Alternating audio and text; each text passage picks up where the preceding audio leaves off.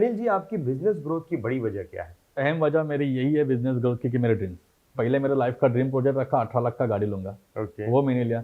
फिर dream project क्या करूंगा बिजनेस ग्रो करने के लिए, ओके। तो फिर मैं ड्रीम प्रोजेक्ट लिया मर्सिडीज लूंगा वाइफ के लिए। ओके। तो वो टाइम पे 60 लाख का मर्सिडीज लिया।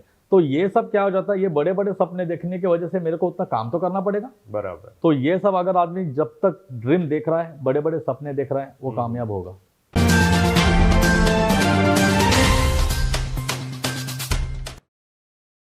नमस्कार। BITV एक नेशनलाइज्ड वेब बेस्ड चैनल है।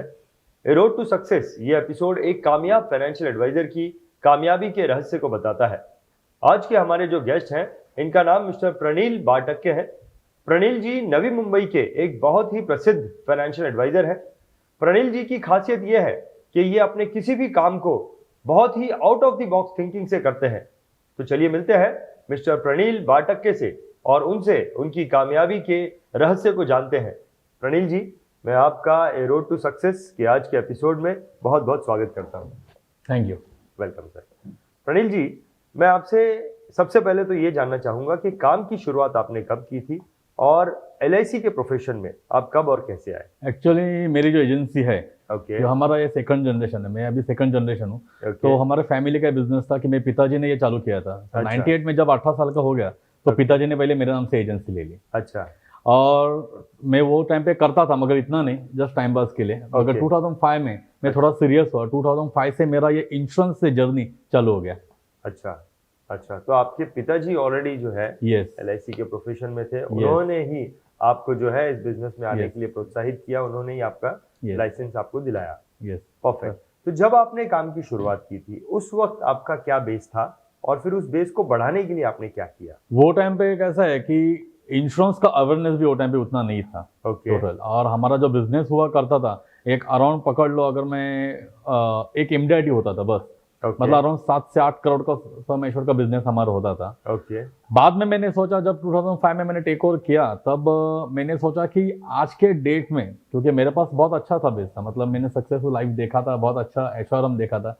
मगर सोचा था कि अगर हमें कुछ आगे बढ़ना है, इसके ओवरकम करना है, तो कुछ सपने बड़े देखने पड़ेंगे। तो मैंने फर्स्ट टाइम ये ट्राई किया कि बाबा दुनिया में इससे आगे कुछ होता है क्या। मुझे मालूम नहीं था कि MDIT के आगे भी कुछ होता है। तब मैंने देखा कि MDIT के आगे COT भी होता है। अच्छा। तो 2006 में मैंने पहले 3 महीने में MDIT किया। अच्छा।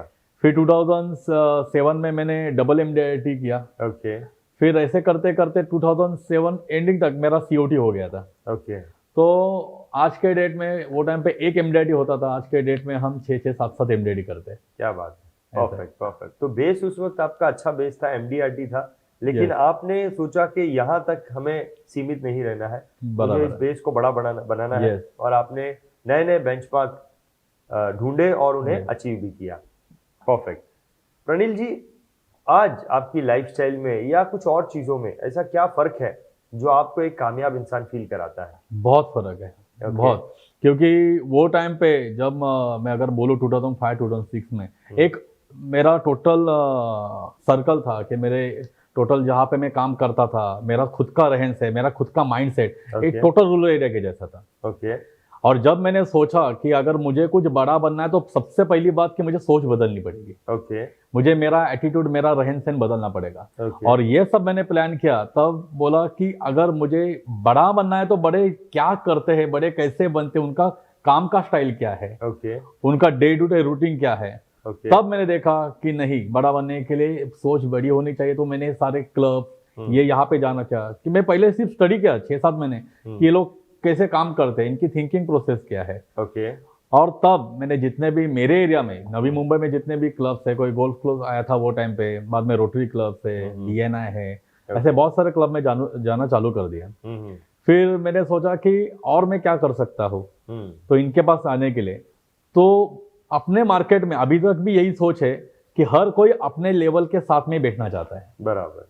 अगर कोई बिल्डर है तो वो बोलता है कि मेरे लेवल का बिल्डर है, तो मैं उसके साथ फैमिली रिलेशन बढ़ाऊं, मैं उसके साथ आगे जाऊं, उसके साथ बिजनेस की बात करूं। बराबर। तो ये मैंने दिल में डाला और वो टाइम पे मैंने एक टारगेट लिया कि ये टाइम अपने को COT करना है और मर्सिडीज बेंज लेना है। अच्छा। और वो 2008 की बात थी, तो मैंने मर्सिडीज बेंज गाड़ी पहली खरीदी। अच्छा। और एक मार्केट में अपना एक स्टेटस बनाया। ओके। क्योंकि मेरा काम से स्टेटस तो पहले से ही था, क्योंकि मैंने 9 MDIT 10 COT किए थे। ओके। तो आगे कुछ बढ़ने के लिए मैंने एक शुरुआत की। लोग प्रॉपर्टी में इन्वेस्ट करते हैं, ऑफिस लेते हैं, मेरे हाँ। ऑफिस में इंटरेस्ट नहीं है। Okay. मुझे बिजनेस ग्रो करने के लिए जो दिखता है वो बिकता है। बराबर तो बराबर। मुझे ये करना था कि वो सोशल, वो सर्कल में मुझे जाना था। अच्छा। तो इस प्रकार से मैंने मेरे बिजनेस को ग्रो करने के लिए बहुत सारे आइडियाज यूज किए sir. Perfect perfect. Praneel ji, आपकी स्ट्रेंथ क्या है जो आपको बिजनेस में भी आगे लेके जाती है? अगर मैं बताना चाहूँ कि बहुत सारे ऐसे है कि जहाँ पे आज मुझे जब POT का मैंने टारगेट बनाया था, ओके तो सबसे पहली बात तो आज मैं छोटी छोटी पॉलिसी भी कर सकते TOT बना सकता था।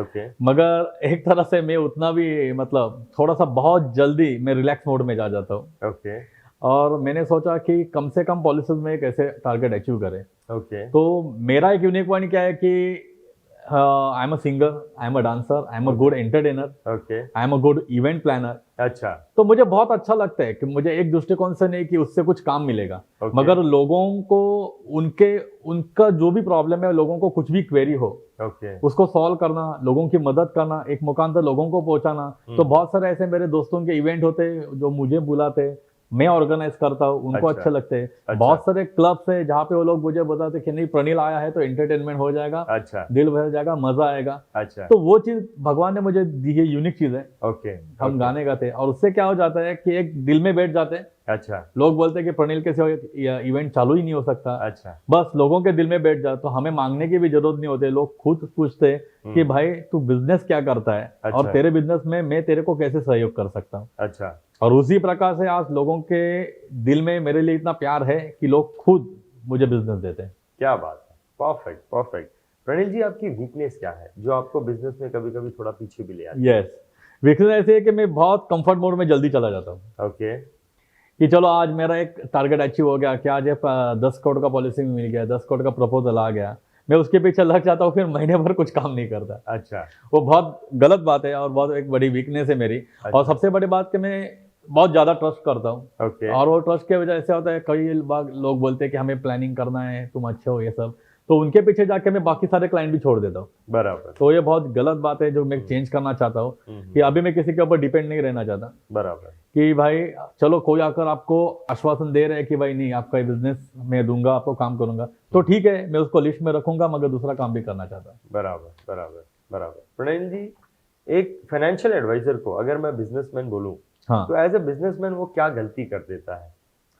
सबसे पहली बात को फाइनेंशियल एडवाइजर और बिजनेसमैन, एक्चुअल कैसा है कि फाइनेंशियल एडवाइजर आज जो मार्केट में एंटरप्रेन्योर्स है, बिजनेसमैन है, Okay. आज वो अपने बिजनेस को ग्रो करने के लिए आज वो कमा रहे हैं, मगर उनके पास वो टाइम नहीं, वो अपने बिजनेस को ग्रो कर सकते हैं आराम से, मगर वो अपने पैसे को, खुद के पैसे को ग्रो करने के लिए उनके पास टाइम नहीं। आज के डेट में अगर मैं बिल्डर लॉबी भी देखूं, उन्होंने बहुत सारा पैसा आज अपने बिल्डर लाइन में कमाया है, मगर वो सारा का सारा पैसा वापस उन्होंने आज री इन्वेस्ट अपने ही प्रोजेक्ट में किया है। बराबर। मेरे बहुत सारे ऐसे क्लाइंट्स है, उन्होंने अपना पैसा डबल ट्रिपल कमाने के बाद भी वो पैसे में जमीन ले ली, आज वो पैसा बाहर नहीं आ रहा है। बराबर। आज उन्हें पॉलिसी पे लोन ले रहे हैं, कोई पॉलिसी सरेंडर कर रहा है। तो बिजनेसमैन और एक फाइनेंशियल एडवाइजर का ये काम है कि भाई आज जितने भी बिजनेसमैन है उनका प्रॉपरली आप प्लानिंग करो, बराबर। उनका पोर्टफोलियो बनाओ, उनको फ्यूचर में ये दिक्कतें आएंगे, ये जैसे कि डॉक्टर आपको बता सकता है कि आपकी रिपोर्ट देख के फ्यूचर में आपको क्या हो सकता है, बराबर। उसी तरह फाइनेंशियल एडवाइजर का ये आज रोल है कि उसकी टोटल बैलेंस शीट देख के, उसका टोटल प्रोजेक्ट देख के, फ्यूचर प्रोजेक्ट देख के, कि भाई साहब फ्यूचर में आपको कहाँ से रिटर्न आना बहुत जरूरी है, आपको कहाँ से इन्वेस्ट करना, कहाँ पे पैसा लगाना जरूरी है, ना कि एक सेक्टर में लगाए। प्रॉपर्टी एक सेक्टर उसकी खुद की है, मगर मैं चाहता हूं कि जैसे कैसा है कि लोग इक्विटी में भी पैसा लगाते हैं, आज उसी प्रकार से एक रोल हो गया इक्विटी का, उसकी खुद की प्रॉपर्टी, आज उसको जरूरी है वो डेट फंड में पैसा लगाए जो कि गारंटेड LIC में इन्वेस्ट करे, ताकि एक डेट में परफेक्टली वो टाइम पे उसके साथ पैसा आ जाए। बराबर बराबर। और ये बहुत जरूरी रोल है एक फाइनेंशियल एडवाइजर के लिए, जो कि आज मार्केट में एक प्रोफेशनली बिजनेसमैन करके उतरे। Perfect perfect. और ना कि यहाँ पे उनको जैसे कि आज के डेट में एडवांस हो गया सब, लोगों को एक LIC से मिलके खुशी नहीं हो रही है। बराबर। तो आपको सर्टिफाइड फाइनेंशियल प्लानिंग के कोर्सेस है, बराबर। जैसे मैंने सर्टिफाइड फाइनेंशियल प्लानिंग किया, क्योंकि मुझे लगा कि मार्केट में बहुत सारे सेक्टर्स है, लोगों को एक एडवाइस देने की जरूरत नहीं, लोगों को सारे प्रकार के एडवाइस की जरूरत है। परफेक्ट। तो आपको एक प्रोफेशनल बनना है, ना किसी LIC एजेंट बने आप निकल गए, आपको एक प्रोफेशनल बनना है। और लोग, अगर आप प्रोफेशनल हो तो आपको टाइम देते हैं। Perfect perfect. तो अगर एक फाइनेंशियल एडवाइजर अपना रूप चेंज नहीं करता है, अपने आप को प्रोफेशनल बन के लोगों को नहीं दिखाता है, एक तो ये चीज, और दूसरी चीज अगर वो फ्यूचर को प्रेडिक्ट नहीं करता है, यस फ्यूचर में क्या एक बिजनेसमैन गलतियां कर सकता है, यस इस चीज को अगर वो प्रोडिक्ट नहीं करता है, अपने आप को प्रोफेशनल नहीं बनाता है, तो ये उसकी सबसे बड़ी गलती बहुत बड़ी गलती है। परफेक्ट।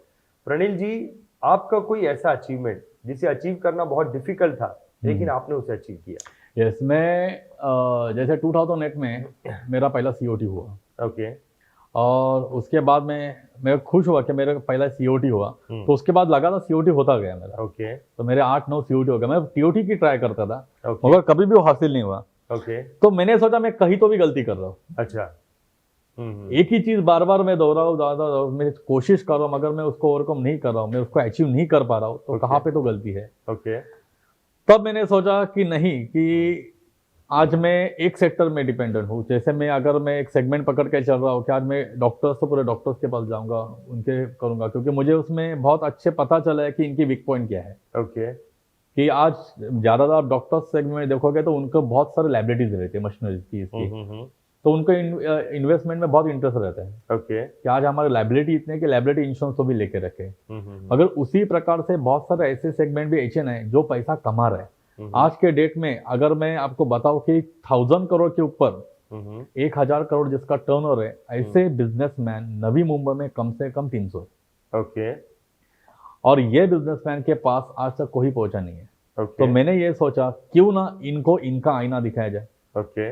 आज भी आपको मालूम रहेगा कि सिद्धार्थ जो हमारा सीसीडी, उन्होंने सुसाइड किया।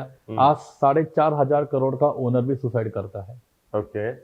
तो मुझे बताना ये था कि आप बिजनेस में, जैसे इक्विटी में आपको मैं बताया, वो रिस्क ले रहे हो, तो वो रिस्क आप खुद के बिजनेस में मत लो। आपके बिजनेस के रिस्क LIC को दे दो, बराबर, ताकि फ्यूचर में कुछ हो जाए, इनके ऑफ डिसेबिलिटी भी, ओके, आपकी फैमिली सिक्योर, आप खुद सिक्योर रहे। ओके। और जब मैंने ये 2-3 कंपनी से बात करना चालू किया, तो मुझे आराम से वहां से मुझे 85 करोड़ का बिजनेस मिला। क्या बात है। ओके। और वो टाइम का मेरा सबसे बड़ा जो ड्रीम प्रोजेक्ट था मेरा, ओके, तो मुझे 8 साल लगे पूरे करने में। अच्छा। मगर मुझे वो 3 करोड़ का प्रीमियम आ गया। क्या बात है, क्या बात। तो प्रॉब्लम यही है कि हम डरते हैं, लोग डरते हैं कि वो क्या सवाल पूछेंगे, कैसे बात करेंगे, मैं उन्हें जवाब दे पाऊंगा कि नहीं, मैं उनके सामने सीए के सामने खड़ा रह पाऊंगा कि नहीं। मगर आपके पास रियल नॉलेज हो, सारे लॉज आपको, इनकम टैक्स के क्लॉज मालूम हो, तो आप उनके साथ बात कर सकते, उनके आंखों में आंख मिला के बात कर सकते, और वो प्रोजेक्ट अचीव कर सकते। अभी भी मेरे 2 से 3 कंपनी से बात चल रही है कि आपका जो टैक्स पे कर रहे हैं आप, वो अगर टैक्स अगर अपने एम्प्लॉय के लिए पे करोगे तो टैक्स भी बचेगा और एम्प्लॉय भी आपके खुश रहेंगे।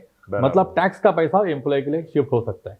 अगर ये क्लॉज है सेक्शन 37, अगर ये सब मालूम होने चाहिए। बराबर। तो ये जो मेरा जिंदगी का था ड्रीम, तो बहुत टाइम लगा, मगर मैंने अचीव किया। Perfect, perfect, perfect. Praneel ji, आपका की सेलिंग पॉइंट क्या है जो आप किसी भी बिजनेस डील को क्लोज करने में यूज करते हैं? सबसे बड़ा की सेलिंग पॉइंट, जो कि आज की दुनिया की सबसे बड़ी जरूरत है। ओके। अगर आप थोड़ा पीछे जाएंगे, अगर 97, 98 की अगर हम बात करेंगे, वो टाइम के आपके फादर की भी अगर मैं सोचूं, तो उनका भी देखो 4 डिजिट में इनकम हुआ करता है या 5 डिजिट में। मगर आज आप देखो, एक कॉल सेंटर का भी बंदा अगर काम करता है तो कम से कम 25-30 हजार रुपए सैलरी देता है। तो मैं बेसिक से शुरुआत किया। मगर आज के जितने भी टीम लीडर्स बोलो, या जितने भी एक अच्छे पोस्ट पे अगर है, लीडर पोस्ट पे, उनका सभी का इनकम आज कम से कम 30-40 लाख का है। बराबर, बराबर। तो आज के डेट में इतने अच्छी इनकम होने के बाद इनके समथिंग, अगर प्राइवेट सेक्टर में लोग काम कर रहे हैं, इनके जॉब को कुछ हो गया तो उनको इनकम की सिक्योरिटी नहीं है। बराबर। तो मैं सबसे इंपॉर्टेंट बात यही करना चाहता हूँ कि आज वो खुद बंदा क्योंकि इनकम अर्न कर रहा है, वो खुद बंदा भी डिपेंड किस पे, अपने खुद के इनकम पे। उसकी फैमिली किसके ऊपर डिपेंड है, उसके खुद के इनकम पे। तो मुझे उसके फ्यूचर प्लानिंग जो भी है वो उसके इनकम के ऊपर डिपेंड है। तो मुझे उस बंदे में कोई इंटरेस्ट नहीं है। मैं उससे वही बताना चाहता हूँ कि भाई, जो कोहिनूर हीरा जो तेरे पास हो, तेरा इनकम है, बराबर, तो क्यों ना हम उस इनकम का इंश्योरेंस लेके रखें। बराबर। तो मैं मेरे हर कस्टमर को यही बताता हूँ, हर क्लाइंट को ये बताता हूँ कि बाकी सब कुछ इन्वेस्टमेंट बाजू में रखो, पहले अपना इनकम का इंश्योरेंस लेके रखो। इनकम समथिंग गोज रॉन्ग, आपकी नॉमिनी को लाइफ टाइम जो आपका लास्ट इनकम था वो मरते दम तक मिलता रहेगा। अगर कुछ नहीं होता है तो वही इनकम रिटायरमेंट में आपको लाइफ टाइम मिलता रहेगा। बराबर, बराबर। तो ये सुनने के बाद क्लाइंट यही बोलते हैं कि इनकम का भी इंश्योरेंस होता है, हमको दुनिया में आज तक मालूम नहीं था, अगर होता है तो वो पहले करके लेते हैं। बराबर बराबर। और मैं ज़्यादा से ज़्यादा ऐसे लोगों को मिलता हूँ जिनका टर्नओवर 500 से 1000 करोड़ का हो, जिनका इनकम 2 करोड़ 3 करोड़ हो, 10 करोड़ हो, तो बड़े इनकम इंश्योरेंस की वजह से बड़े प्रीमियम आते हैं। Perfect perfect. वाकई में एक यूनिक चीज आपने बताई है। चीज तो वही है, लेकिन आपने थोड़ा उसको अलग तरीके से रखा है कि आपकी लाइफ का इंश्योरेंस नहीं है, आपकी इनकम का इंश्योरेंस है ये। और ये चीज जो है अगर उसको समझ में आती है तो डेफिनेटली वो जो है ये चीज को करना चाहेगा, क्योंकि ये उसके लिए अपनी जान से ज्यादा इंपॉर्टेंट है। Perfect perfect. प्रणील जी, आपकी बिजनेस ग्रोथ की बड़ी वजह क्या है? सबसे बड़ी वजह और अहम वजह मेरी यही है बिजनेस ग्रोथ की कि मेरे ड्रीम्स। ओके। मैं ये चाहता हूँ कि मतलब मेरा मानना है, सभी का मानना है कि मुझे मतलब मेरा खुद का मानना है कि आदमी को जब तक कुछ खर्चे नहीं, आदमी कमाएगा क्यों? बराबर। आदमी को शौक ही नहीं तो आदमी कमाएगा क्यों? तो मैं मेरे जितने भी मैं कोच करता हूँ जिन जिन लोगों को, मैंने आज तक मेरे जो लेक्चर हुए 5 या 6000 लोगों को कोच किया मैंने लेक्चर दिए। ओके। तो वहाँ पे मैं एक ही बताता हूँ, आपका जो फर्स्ट इमीडिएटली हो जाएगा उसका 50% एक्सपेंडिचर होना चाहिए। ओके। क्योंकि क्या बात है कि वो आदमी को खर्चा करने की आदत होनी चाहिए। अगर वो खर्चा करने की आदत है तो उसके सपने बड़े हो जाएंगे। बराबर। हमारा फ्यूचर देखे तो हम चाल में रहते थे। ओके। मेरे पिताजी ने बंगलो बनाया, बहुत अच्छा हमें सेटल किया। बाद में मैं आया, मैं आगे क्या करूं करके मैंने पहले मेरे लाइफ का ड्रीम प्रोजेक्ट रखा, 18 लाख का गाड़ी लूंगा। वो मैंने लिया। फिर ड्रीम प्रोजेक्ट क्या करूंगा बिजनेस ग्रो करने के लिए, तो फिर मैं ड्रीम प्रोजेक्ट लिया मर्सिडीज लूंगा वाइफ के लिए। तो वो टाइम पे 60 लाख का मर्सिडीज लिया। तो ये सब क्या हो जाता है, ये बड़े बड़े सपने देखने की वजह से मेरे को उतना काम तो करना पड़ेगा। बराबर। आपको जिंदगी में फ्री कुछ नहीं मिलता है। बराबर। आप जो काम करोगे उससे जो प्रॉफिट होगा, प्रॉफिट में से ही आप कुछ एंटरटेनमेंट के लिए खर्चा करते हो, ना कि 100% आप खर्चा कर रहे हो। बराबर बराबर। तो ये सब अगर आदमी जब तक ड्रीम देख रहा है, बड़े बड़े सपने देख रहा है, वो कामयाब होगा। मगर जो भागता है ड्रीम से, वो नहीं, वो अपने अपने मस्त लाइफ में जी रहे, वही अपने फैमिली को बस से भेजो, एसटी में घूमो, ये करो, तो वो सेटल है, उसको वो बड़ा नहीं बन सकता। मैं नहीं मानता। बराबर। परफेक्ट। तो बड़े सपने देखना, कंपलसरी गोल्स आपने जो रखे हैं वो आपकी बिजनेस ग्रोथ की सबसे बड़ी वजह है। Compulsory. Perfect perfect. Praneel ji, आपकी बिजनेस स्ट्रेटेजी क्या है? मेरी बिजनेस स्ट्रेटेजी, मैं सबसे पहले बात तो है ना, मैं ये चाहता हूँ कि आज इंडिया में बहुत ऐसे लोग हैं जिनका इनकम अच्छा है। ओके। और ना कि मैं मतलब मेरे खुद के प्रॉफिट के लिए, मेरे खुद के बिजनेस के लिए, मगर जैसे मैंने आपको पहले बताया कि इनकम सिक्योर्ड या इनकम गार्ड हम जो देते हैं, इनकम का इंश्योरेंस, आज इतने अच्छे इनकम होने के बाद उन्हें ये जरूरत है, ये वो जाने के बाद वो इनकम ना जाए। बराबर। तो मेरी स्ट्रैटेजी यही है कि मैं जितने लोग मुझे मिले जो HNIs है, ओके, या भी जिनका इनकम 12 लाख तक है, उनके इनकम को सिक्योर्ड करूं। बराबर। और अपने बिजनेस की ग्रो करूं। Perfect perfect. प्रणील जी, आपके बनाए हुए कौन से ऐसे नियम हैं आपके बिजनेस में जो आप स्ट्रिक्टली फॉलो करते हैं? सबसे पहली बात तो हर साल जो भी मेरा लास्ट ईयर का टर्नओवर हुआ हो उसे मैं डबल करना चाहता हूँ। ओके। और ये साल मेरा लास्ट ईयर का जितना भी बिजनेस था ओके, उससे डबल हुआ है। और सबसे बड़ी बात कि रोज कम से कम 5 लोगों को मिलता। ओके। भले वो कैजुअली मिलता हो, किधर होटल में मिल गया, किधर पार्टी में मिल गया, किसी को ऑफिस में जाके जस्ट हाई कर दिया, ना मैं प्रेजेंटेशन देता हूँ। ओके। तो और मैं प्रेजेंटेशन क्यों नहीं देता, क्योंकि लोगों को मैं नहीं चाहता कि मैं बिजनेस के लिए ही सिर्फ मिलूं। ओके। एक कैसा रहता है कि अजय, अगर आपको आप और मेरा रिलेशन अच्छा है, आप ऐसा मानते हैं कि प्रणील मेरे हर दुख सुख में है, ओके, ना किसी बिजनेस के लिए है, ओके, तो आप खुद मुझे पूछोगे कि भाई तुम्हें बिजनेस की कुछ जरूरत है क्या, मेरा घर का किसी रिलेटिव का इंश्योरेंस करना है, ओके। तो वो कंपल्सरी है कि आप रोज लोगों के साथ रहो, ना कि बिजनेस के लिए, सोशल एक्टिविटी के लिए। उनको जरूरत है तो भी जाओ। बराबर। तो मैं कंपल्सरी रोज 5 से 6 लोगों को मिलता हूँ। Okay, compulsory. Perfect perfect. Praneel ji, जब आपने काम की शुरुआत की थी उस वक्त आपकी क्या दिक्कतें थी और फिर उन दिक्कतों से आप ओवरकम कैसे हुए? बहुत अच्छा सवाल है। जैसे आप जानते हो कि पहले ज़माने में इंश्योरेंस का इतना अवेयरनेस नहीं होता था। और जब मैं इंश्योरेंस के लिए जाता था तो पहले लोग मुझसे भागते थे। ओके। मुझे दोस्ती भी करना नहीं चाहते थे। ओके। ये आएगा हमारे गले में कुछ ना कुछ प्लान मार के जाएगा। ओके। तब मैंने सोचा कि ऐसा मैं कभी भी आगे नहीं बढ़ सकता। ओके। क्योंकि लोग हमसे दूर भाग रहे हैं। तो उसे चेंज करने के लिए मैंने सोचा कि मेरे पास लोग कैसे आएंगे, ओके, लोग मुझे प्यार कैसे करेंगे, लोग मुझे कैसे चाहेंगे। ओके। तो वो सब करने के लिए मैंने अपने आप को अपडेट किया, मेरा स्टेटस चेंज किया। ओके। जो एक मिडिल क्लास आदमी का मेरा स्टेटस हुआ करता था, जो लोगों के नज़र में एक हाई क्लास सोसाइटी का स्टेटस है, वो पाने के लिए, जैसे मैंने पहले भी आपको बताया, मैं वो लोगों के साथ रहना चालू किया, उनके जो काम से वो करना चालू किया, ना कि LIC के। अगर किसी को, जैसे मैं आपको बताऊं, पहले मैं कार फाइनेंस भी किया एक टाइम पे, क्योंकि वो बड़ी गाड़ी बेचूंगा तो बड़े लोगों से मुलाकात भी होगी। बराबर। उसके बाद मैंने बहुत सारे बिल्डर के साथ रह के मैंने ग्रुप में सेलिंग भी किया है। किसी के ग्रुप 50-60 फ्लैट है, तो भाई एक दूसरे को दूसरे कॉर्पोरेट में उसको बेचो। तो वो उनको सीखा मैंने, और वो सीखने के लिए, उनके साथ कंधे से कंधा मिलाने के लिए, उनके जैसे बनने के लिए मैंने उतना इनकम अर्न किया। मैंने जैसे एक दिखाने के लिए मैंने मर्सिडीज लिया, जो भी है, तो ये सब मेरा इन्वेस्टमेंट था।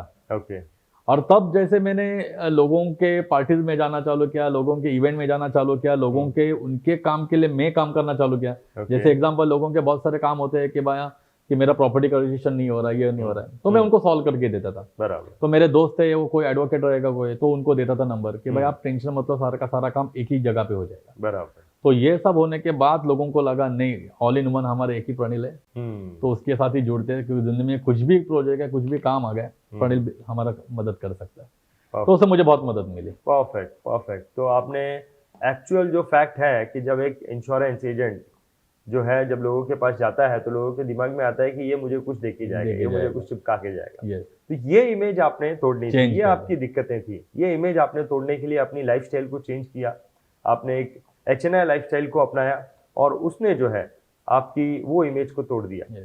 और मेरा कैसा है कि मैं, अगर सामने वाले को जरूरत है तो ही मैं देता हूँ प्लानिंग। अगर किसी का पहले से बहुत सारे प्लानिंग किए हुए है, उसने FDs किए हुए है, उसने बहुत सारे इक्विटीज में पैसा लगाया है, तो बहुत सारी जगह पे क्या है, लोगों को इनकम है आज, मगर इनकम में उनका एक्सपेंडिचर इतना रहता है कि आज की लाइफस्टाइल अगर आप देखोगे कॉर्पोरेट में, तो लोग बहुत 2-2 लाख रुपए कमा रहे हैं, आज खुद का घर नहीं ले पा रहे। क्यों? क्योंकि उनको अपने दोस्तों के जैसी गाड़ियां चाहिए, बराबर, अपने दोस्तों के जैसे वो एरिया में रहना है, तो बहुत हाई रेंटल फ्लैट में वो रह रहे हैं। बराबर। तो मैं पहले उनको वहां से, इंश्योरेंस बात बाद में रही, मगर पहले मैं उनको ये बताना चाहता हूँ कि ये सब गलत है। बराबर।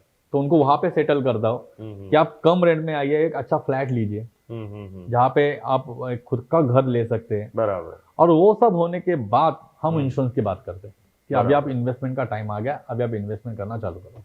Perfect, perfect. प्रणील जी, आपकी नजर में सक्सेस का मंत्र क्या है? सक्सेस का मंत्र एक ही हो सकता है दुनिया में, जिस दिन आपके मन में कोई भी चीज हो जो कि आपको करनी हो, या आपका ड्रीम प्रोजेक्ट हो। जैसे मेरा एग्जांपल अगर मैं ले लूं कि मेरा ड्रीम था कि मैं जिंदगी में एक बहुत अच्छी गाड़ी ले सकूं, जो मैंने लिया, तो मैं खुद को मानता हूं सक्सेसफुल हूं। आज मेरे इंडस्ट्री में, मेरे रिलेशन में, रिलेटिव्स में, मेरे फ्रेंड्स में, जहाँ पे मैं ये सोच रहा था कि मेरे इंडस्ट्री में नंबर 1 रहूं, तो आज मैं हूं, मैं सक्सेसफुल खुद को समझता हूँ। और थर्ड, जिस दिन आपके फैमिली के सारे विशेष पूरे हो, अगर मेरे बेटी ने चाहा कि नहीं डैडी मुझे ये गाड़ी चाहिए, मेरी मम्मी ने चाहा कि नहीं मुझे आज वर्ल्ड टूर करना है, मेरे वाइफ ने चाहा मुझे ज्वेलरी चाहिए, अगर वो उसके सारे सपने में पूरे कर सकता हूँ तो मैं सक्सेसफुल। Perfect, perfect, perfect. तो दुनिया के सारी जितनी भी अच्छी चीजें अगर आप खरीद सकते हो, अगर आप कर सकते हो, तो इट्स गुड, तो आप सक्सेसफुल हो। परफेक्ट। तो ये जो सक्सेस है, अगर ये सारी चीजें मैं कर लेता हूं तो मैं सक्सेसफुल हूँ। यस। लेकिन वो सक्सेस को मैं कैसे हासिल कर सकता हूँ? डेडिकेशन। सबसे पहली बात तो आपके ड्रीम्स होने चाहिए, क्योंकि सक्सेस का मंत्र यही है कि आप चाहते हैं कि किस में सक्सेस मिलना चाहिए। बराबर। आज एक 10 का लड़का 1 साल भर पढ़ाई करता है, उसके बाद एग्जाम देता है, उसको मालूम है वो 10 का लड़का 9th स्टैंडर्ड की एग्जाम नहीं देता, वो 10 की देता है। बराबर। उसी तरह जिंदगी में हर साल हमें एग्जाम देनी होती है हमारे ड्रीम की। जैसे कि ये साल के मेरा ड्रीम है 2 TOT में करना चाहता हूँ, तो वो 2 TOT करने के लिए मुझे 1 साल का पूरा परिश्रम है। 1 साल में मुझे कितने लोगों से मिलना है, कितने लोगों से काम करना है, ये मेरा प्लानिंग है। और ये मेरा परिश्रम अगर मैं नहीं करूंगा तो प्रोजेक्ट तक नहीं पहुंचूंगा। परफेक्ट। और जब वो प्रोजेक्ट तक पहुंचूंगा, वो सक्सेस में पाऊंगा, तब मैं बोलूंगा कि yes I have achieve everything. Perfect. तो अपना ये डेडिकेशन अपने ड्रीम के प्रति और अपने बिजनेस के प्रति होना ही चाहिए। Perfect, perfect. एक तो डेडिकेशन, यस, और दूसरी प्लानिंग। ये 2 चीजें हैं जो मुझे जो है कामयाबी को हासिल कराती है। पक्का। परफेक्ट। प्रणील जी, आप अपनी सक्सेस का श्रेय किसे देते हैं और क्यों? सबसे बड़ा श्रेय तो मेरे पिताजी को मैं देता हूँ, क्योंकि वो टाइम पे मैं एक्चुअल इंटीरियर डेकोरेटर बनना चाहता था, आर्किटेक्ट। मगर मेरे पिताजी ने मुझे समझाया तू कितना भी आर्किटेक्ट बन क्या बनेगा, तुझे एक लिमिट रहेगी, तू कितना कमाएगा। मगर आज ये लाइन पे हमारे पास हमारा एक मार्केट में गुडविल है, हम्म, बहुत अच्छा क्लाइंट बेस है, ओके तो तुझे यही लाइन में आना है, यही इंडस्ट्री में तुझे आना है। ओके तो उन्होंने कंपलसरी मुझे वो टाइम पे आया था, हम्म, और आज मैं खुद को मैं बहुत लकी मान रहा हूँ कि मैं इंडस्ट्री में हूँ। ओके दूसरा विषय मैं मेरे फैमिली को देना चाहता हूँ, मेरे वाइफ, मेरे मम्मी, मेरे बच्चे, हम्म, कि वो हर टाइम हम्म, वो अक्सर मेरा रैंकिंग देखते हैं ओके कि आज तू कहाँ पे, तेरा बिजनेस कहाँ पे हुआ, अच्छा कितना हुआ। अच्छा और बहुत बड़े बड़े सपने उनके, और मैं उनको रोकता नहीं उस सपने देखने से, ओके क्योंकि वो जो सपने देखते हैं उनको अचीव करने का ही मेरा मंत्र है कि वो अचीव हो गए तो मेरा बिजनेस हो गया। ओके क्योंकि सारे सपने जो है आज वो खरीदे, मतलब उसके लिए काम करना पड़ता है। उनके जो ड्रीम प्रोजेक्ट है, बच्चों का, मम्मी को कहाँ फ्लैट लेना था, उसके लिए भी इनकम करना पड़ेगा। बराबर तो उनके जब तक ड्रीम है तब तक मेरा बिजनेस बढ़ता रहेगा। बराबर और सबसे बड़ी बात, मेरे जो क्लाइंट से जुने हम्म, और मेरे जो दोस्त है, वो हमेशा चाहते हैं कि प्रणील, दुनिया में कोई नहीं, तू हमारा दोस्त है, तू नंबर 1 ही रहना चाहते। अच्छा तो हमेशा वो भले मेरे बहुत सारे ग्रुप्स है, मेरे बाइकर्स ग्रुप है, मेरे मर्सरी ग्रुप है, तो बहुत सारे ग्रुप्स है, तो वहाँ से मेरे जुने क्लाइंट भी वो खुद बुलाते कि हमें ये करना है, ओके तुझे कुछ कम पड़ रहा है नंबर 1 के लिए, तो हम बिजनेस देंगे। अच्छा तो बहुत सपोर्ट है मुझे उनका। क्या तो बात मैं है, बहुत खुशकिस्मत हूँ, ऐसे क्लाइंट मुझे मिले, ऐसे दोस्त मुझे मिले। अच्छा और इतना ही नहीं, तो एजेंट कम्युनिटी जो है, हाँ, जैसे हाँ। प्रसाद है, अभी आके गया, दीप है, बहुत सारे हमारे टॉपर्स है इंडिया के, हम्म, वो खुद भी फोन करके पूछते कि कुछ कमी है क्या, अच्छा कहाँ पे कुछ रह रहा है क्या। तो हाँ, उनका भी सपोर्ट बहुत है। मैं ये शब्द सबको देना चाहता हूँ, हाँ, थैंक्स। और सबसे बड़ी बात कि खुद को भी देना चाहता हूँ कि आज तक मैंने अपने खर्चे कम नहीं किए और मेरे ड्रीम्स कम नहीं किए। अच्छा तो उसके वजह से आज मेरे खुद के ड्रीम भी मुझे अचीव करने के लिए बहुत सारा काम करना पड़ता है। Perfect perfect perfect.